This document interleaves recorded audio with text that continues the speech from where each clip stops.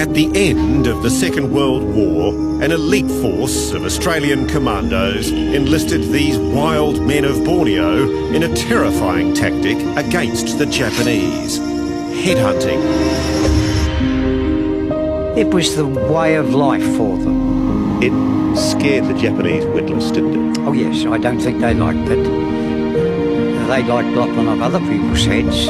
It was 1945 and a very secret war. You were basically running your own private army. It was Jack Tredrea's private army, wasn't it? Yeah, we each had our own guerrillas, we each had our own territory. This is the story of the diggers and the headhunters.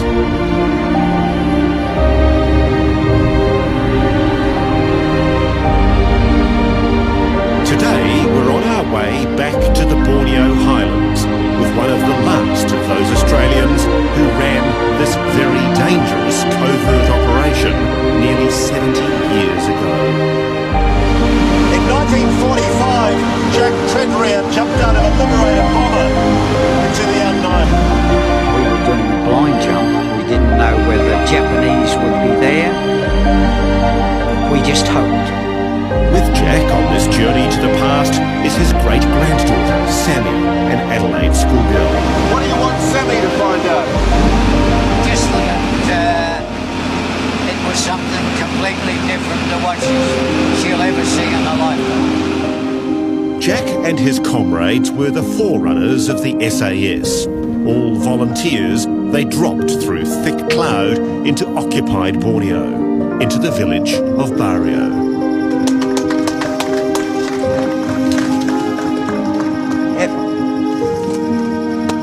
Welcome back, Jack Treddy. Thank you. To the Highland of Borneo.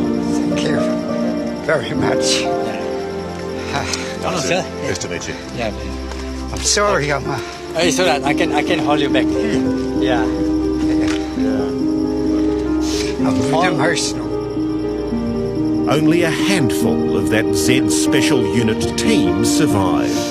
Jack is the only one well enough to return here. After you, Jack. Lead the way.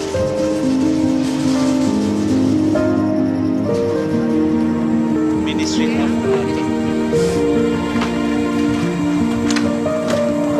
Jack wasn't much older than Sammy when he lived in longhouses like this one while he was training the villagers to fight the Japanese.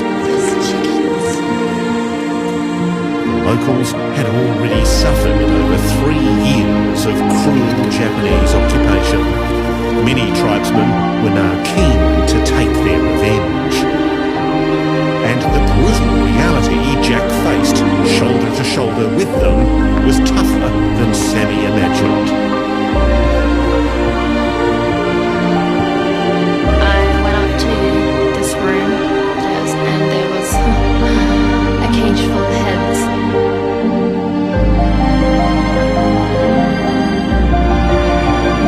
Are any of these yours, Jack? Yes. I've seen many of them in the various longhouses. These may be Japanese heads, do you think? Possibility, definitely.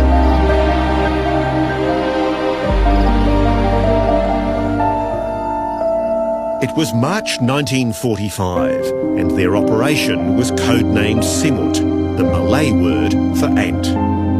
The commandos taught the tribesmen to use modern weapons.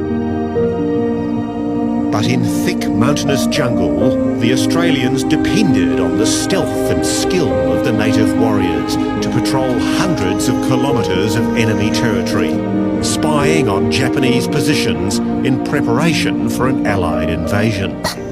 We were there from March until May before the Japanese knew we were in the area.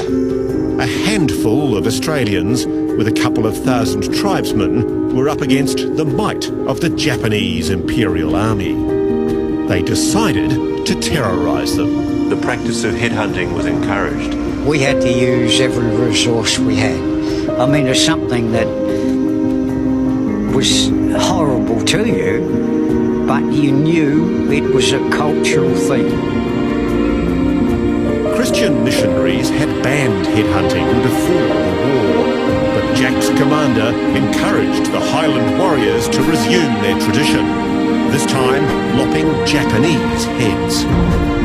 And he actually offered a financial compensation for each 5 head. guilders for each head. 5 Dutch guilders. It's pretty gruesome stuff, Jack. Yeah, it was. When Jack Treadray was journeying these rivers, he wasn't looking at the scenery. There was the ever-present threat of a Japanese attack, the possibility of a violent death or injury just around the corner. So were you ever ambushed on the river? No, not once. But you ambushed Japanese? Yep. On several occasions.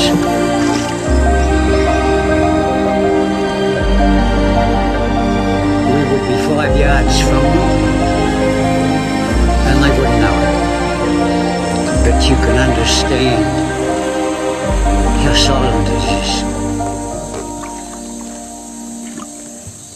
Jack's exploits with his band of 30 warriors won him the military medal. I had my own method of throwing a grenade. They were all 6-second fuses, so I'd hold them in the hand, let them go until there was about 3 seconds left and throw it like a cricket ball. You comfortable? Yes. How's the bottom? Dead. He's delighted you've come along. This is probably the first time that I've ever really talked to him.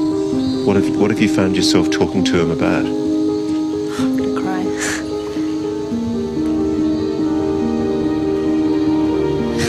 I thought it was, I'd just see things and that's all. I didn't think that he'd really tell me stories, but he did. And it's just lovely to talk to him and that knowing all the stuff that he did. Not only for the natives and for like our country as well.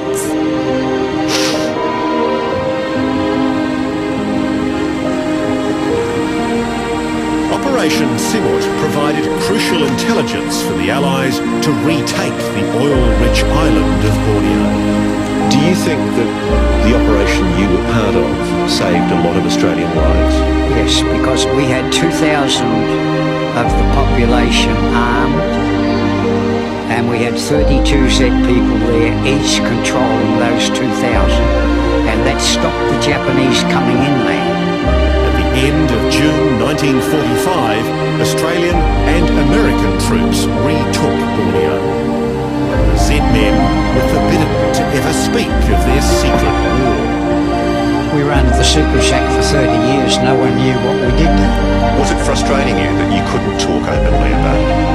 Well, my wife used to growl at me for the first couple of years that I'd have nightmares, but I put it out of my mind once I settled down and returned to my occupation. Jack became Adelaide's most prestigious tailor, making suits for premiers and governors. None knew he was a highly trained killer. He never told of, nor did he ever forget, the tribesmen he came to regard as his brothers in arms. I'd love to tell those people how much they meant to us. They made our job so much easier. While few in Australia are aware of what Jack and his comrades achieved in Borneo, here he's honoured as a hero and a friend. Today, Jack is the special guest at this official dedication of a memorial remembering the once secret Simut operation. Good morning. This is my granddaughter. Yes. Pleased to meet you. I'm pleased to meet you too. I'm a little emotional because I'm the last one. Oh yeah, remember all your friends, yeah? Yep. That's good that you managed to come here. I'm very glad that you come. I'm honoured to come. There you go. Like the commandos. Yeah. The villagers bear witness to the bravery of a few good men. The digger reunited with the headhunters one last time. Hang on.